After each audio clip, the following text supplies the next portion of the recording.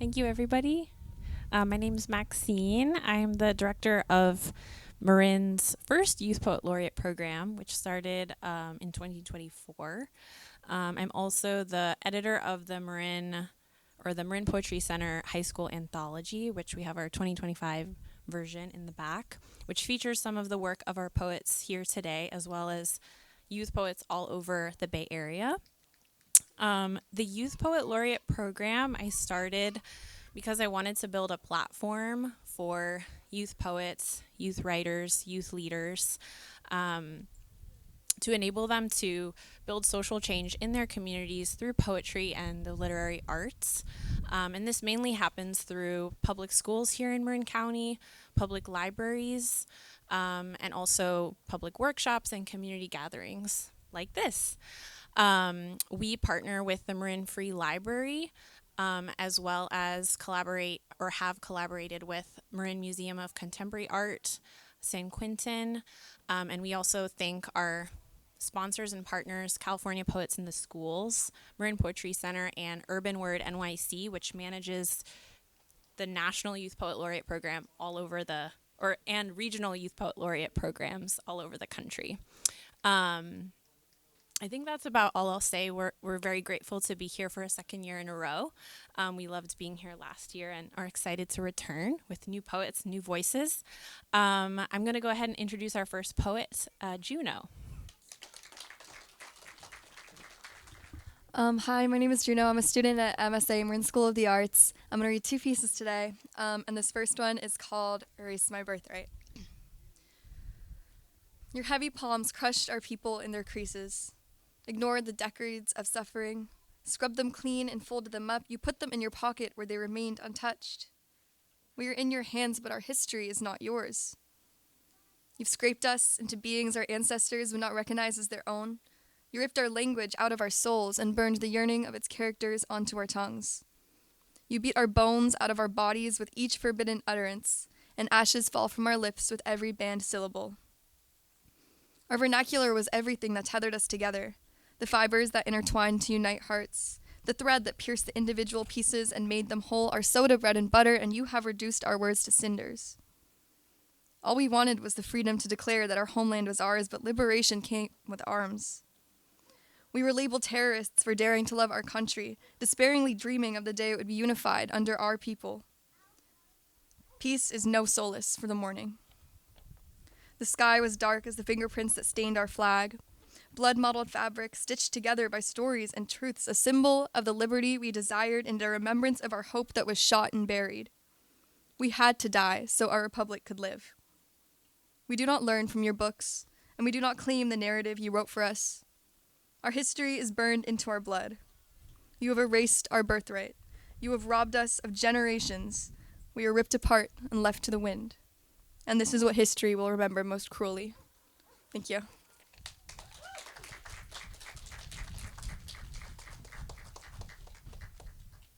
And then the second piece, low-key, I wrote it yesterday. So it's a little, that's how I feel too. So it's not super fleshed out, but I thought I would read it anyway. And this one is called Alien. I'm unsettled in my skin. Each freckled feature is a reference to a past that I can't narrate. The guttural pleas call the generational ache in my stomach to my throat, begging the pain of suffrage from the marrow of my bones and pulling at my palms until my own fingers are beckoning me home. In my left hand, I hold the tools that broke my ancestors' spirits. In my mouth, I roll the syllables of the language that snipped my own tongue, and I break my own trust to wave the star-spangled banner. The green and gold bleed through the red, white, and blue. Clean slate is what they call this muddy gray shade. Clean slate is the answer they give when I wonder when my nationality eroded my identity, when I ask why do I feel like an alien in my homeland if it was built by hands like mine? Hands that are etched with maps instead of vague lines, hands that grow heavier as they clutch at roving ends, hands that have neglected their nature, hands whose palms pledge allegiance to a heart that only knows how to pretend. How do I recover the tincture my skin has been stripped of, if I've never been draped in these hereditary hues? If I've never run my fingers across the folds of my birthright, will it still slip seamlessly into my grasp? If Eufalia takes me back, will I remember how to breathe? Can I stitch my language into straight sewn seams, or has America erased the person that I was meant to be? What if my upbringing has outgrown my mother's shoes? What if not even devouring tradition will satisfy my insatiable stomach, and not even articulating in my tongue will give my wandering spirit a voice? Going home won't help me belong in the country where I was born, and the path I need to follow is one that I won't find, because the shoes I'm aching to fill have never been mine. Thank you.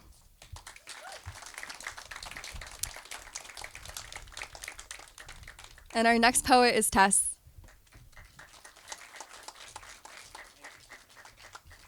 Hello, my name is Tess Belger. Thank you. I'm a senior at Tamalpais High School. And I'm going to read two poems. The first one, I believe, is actually in the anthology, the youth anthology that's back there. So it's called The Only Hope. The only hope is to let this soil be soil, not towering walls. Let the only coercion be that of the moon pulling on the stars. The only violence be the punching color of the sunflower fields and their laughing faces reaching out to you. The only allegation or accusation be that the rain brought on the budding leaves. Let the only rage be the temper tantrum of the fiery ball as it slips into its bed of waves, pulls the cover over its head. Let the only harm be to the grass when the lavender sprigs shoot upwards, and the cloud's terror of touching the ground be the only to plague our country, until all that is left is the ground. Thank you.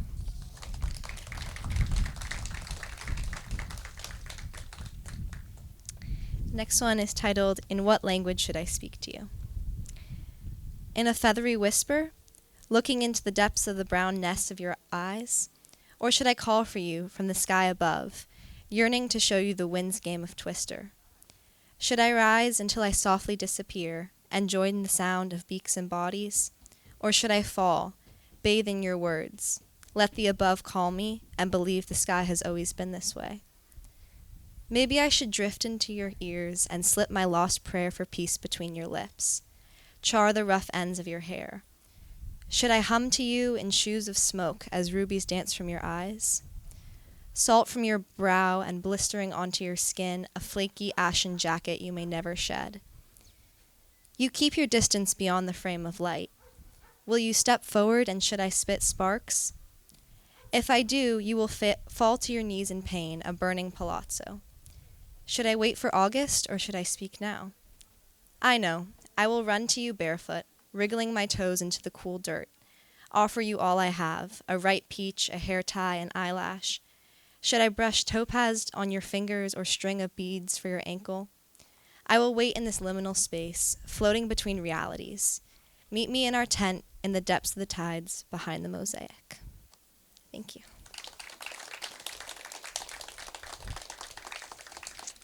And our next poet is Anaya, Youth Poet Laureate. Woo! Hi, my name is Anaya Ertz. I'm the 2025-2026 Marin County Youth Poet Laureate. Thank you.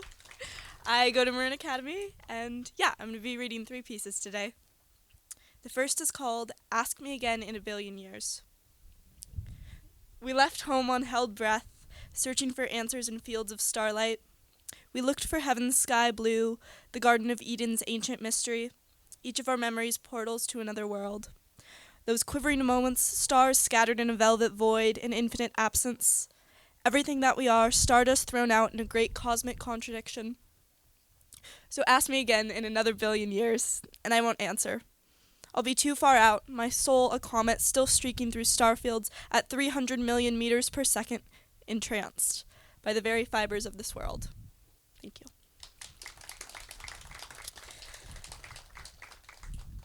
This next one is currently untitled, but I'm open to suggestions.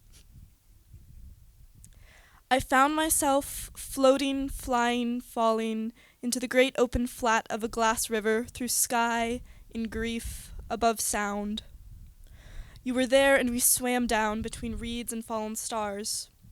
I found a braided daisy stem in one of your lost dreams, deep within the muck, far from the sky. And I held it close to where you last touched me, where no bullet had graced. In this moment, mirrors and memories shimmer upon your brow, just the way light changes on a pond. Thank you.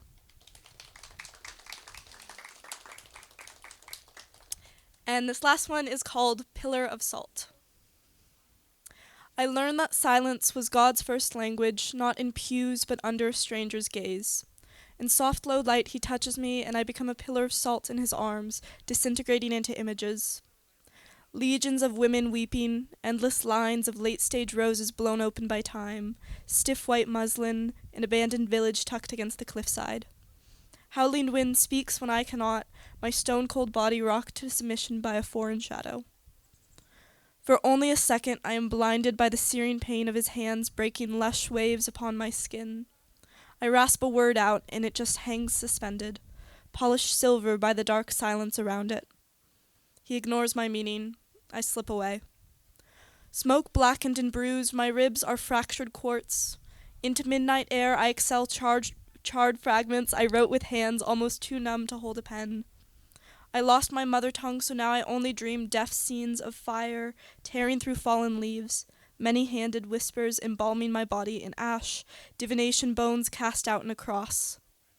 Kneeling in a scarlet-bathed cathedral, police lights bounce off the parking garage walls.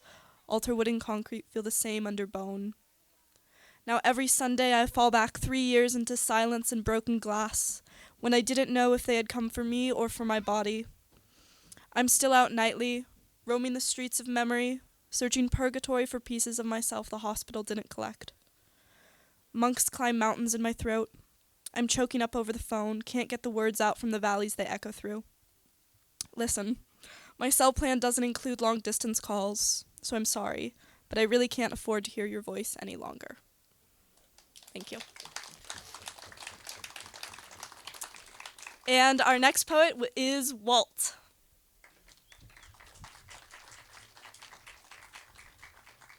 Hi, I'm Walt Novosardian. I'm a senior at Marin High School, and I'll be reading 3 poems.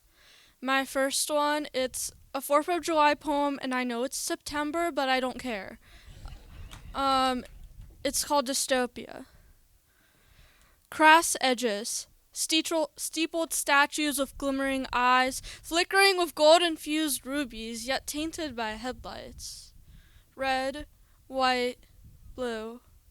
Red, white, blue. Uncomplimentary contrast, too bright and patriotic fireworks. The clear wisps of the moon, a haunted shadow exposed, ripped jeans and a cigarette stump. Ribbons of red silk, American flag, torn to red yarn. Under the moon's gaze, a boat ricochets. Red sparks, gushing blood. Happy 4th of July to the new America, cloaked all in red roses, shining twice as bright than the blood on the streets. Thank you.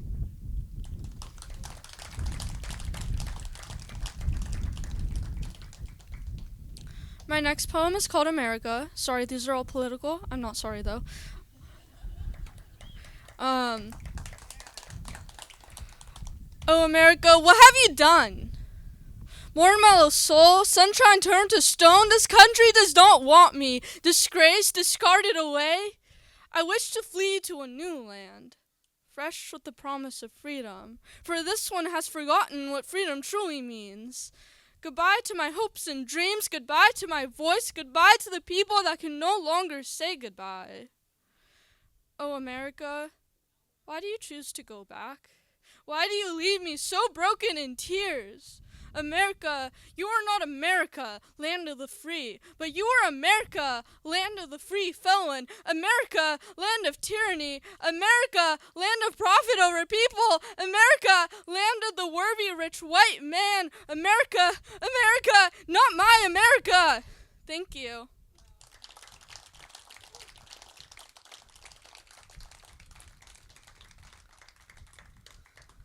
Okay. My last poem is called Dear Trump. Dear Trump, I write to quell my rage. I hope this poem does not inflate your ego. I write my grievances because you cannot perpetuate my helplessness, cannot extinguish my passion, my love, my candle. I realize that my words are nothing but the excrements of your victory. But I suppose my regurgitated essence needs a place to call prison. Do you enjoy taking hope and watching it burn? Feeding our mouths with poison? Perhaps some of us will fall to executing orders to kill, kill, kill, because all humans know how to do is kill. No shred of compassion because we're too damn worthless for your capitalist eyes. Our existence meant for exploitation, and your propaganda festers hate, and hate breeds into loathing. When we fall in heaps upon heaps of shattered war cries and shouts of, "You are supposed to protect us," do you even flinch? My battle cries serve myself because you are not my commander. My parents fell to your cry of "Make America Great Again." But I will not fall with them. My brother sings your capitalist war songs, but I do not sway to your beat. You took my blood family, my happy days, my everything. But corporate America will smile and dance to my loss, your win. I realize that my words mean nothing to you, but I long to live in a world without your hate, your greed, and your capitalist policies. In a way, this poem is for me, in hopes that I will salvage my fragments and fight back. Thank you.